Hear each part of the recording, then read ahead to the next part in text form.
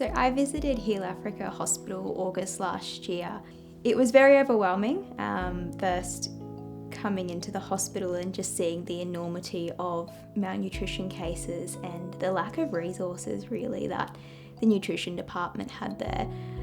There's so many malnutrition cases. A lot of the patients that Neil does surgeries on are already malnourished before the surgery, and so they need to gain weight to actually survive. And the hospital doesn't have any funding for food or for any enteral feeds or supplements for these patients. So what the dietitian over at AusHEAL Africa had asked me to do was help them develop a nutritional supplement using local ingredients. They had been making a soy milk, and we were working to make that formula a lot more nutritious by adding eggs and milk powder and a thing called moringa powder, which is a local powder made from the moringa tree, which is very nutritious in vitamins and minerals as well. So it was challenging, definitely with the communication barriers that were there, but I did also get the opportunity to do a lot of upskilling with them, teaching them how to do proper charting notes, do a good nutrition assessment, looking at biochemistry so that they could identify malnutrition and when patients were at risk of deterioration essentially. So that was a really good opportunity, and even upskilled the nutrition assistants and expanded their role to be doing more than just seeing more outpatients and making the porridges. So they were doing more assessments as well. My name's Meg. I worked in the emergency department at AusHEAL Africa Hospital. It had been a couple of years since they had been, and it had all been refurbished and new. So I helped out with making sure that everything was in an appropriate space. Like when they had an emergency, everything was organised and in a reachable spot. We did some resus, some paediatric and maternal and emergency classes with the whole hospital. They came in and out. We did 20-minute sessions. They were able to go from the scope mannequins that are all set up with noise effects and sound effects and things, and practice resuscitation for babies and pediatrics and adults. We did 1-hour classes every day from Monday to Friday with topics that the nurse unit manager of the ED wanted to do with them. So we did classes on ECG interpretation. We did classes on how to monitor patients with the monitors that they'd been donated effectively. We did basic primary and secondary surveys in emergencies. We did paediatric assessments, things like that. So this was my first time with the AusHEAL team going to Goma. And I'm an infectious diseases physician, so that it was the first time they'd had someone of my specialty go along on the team.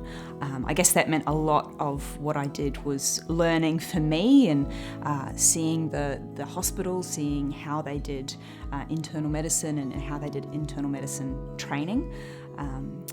And then to try and get a bit of an idea about how potentially I could help in the future, or how someone else in my role, either in infectious diseases or in general medicine or internal medicine, could help the hospital with training, particularly of their junior doctors. The hospital has only just started to develop a training program for internal medicine and for physicians. They have 3 physicians that work there in different areas and aspects, and I predominantly was working with Dr. Kasonya and his team, and we had a number of registrars and also medical students and junior doctors who would come on daily rounds with us. We would see all of the internal medicine patients, so that the medical patients rather than the surgical patients, and we would go through the way they were being treated, their diagnosis, whether there was anything we could help or aid with in terms of diagnosis or treatment. And as part of that was sort of informal training on how I would approach a patient with an infection or an infectious disease, and then talking with them about what capacities they had and how they would approach it and how we might do things a little bit differently. One of the most exciting things that came out of the trip was I had the opportunity to do a presentation with all of the doctors and nurses on our final, my final day at AusHEAL Africa. and essentially was just talking about the importance of nutrition. It wasn't really something that was considered among a lot of the staff. And so the presentation was really just about why we need nutrition, why we need to be considering it. Often a lot of patients have the option to buy medication or buy food, and they often go with the medication because that's what they think they need. They just don't understand how food is so important to essentially getting through their sicknesses and illnesses.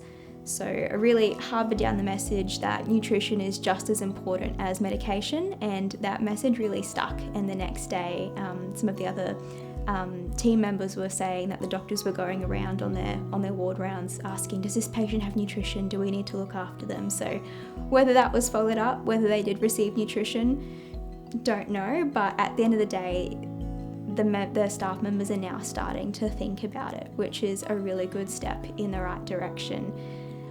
The other area where we did a lot of education was on the use of antibiotics, particularly in surgery. So we have a program that's well developed here in Australia called Antimicrobial Stewardship, which looks at how we use antibiotics to prevent organisms from developing resistance, and that's never really been done in Congo. In fact, we have very little information about what kind of rates of resistance are even there. So that's another thing for the future for me and people in my field, is to really help them develop their knowledge of their area and epidemiology. When I was there, I was able to develop a relationship with the nurse unit manager of the emergency department.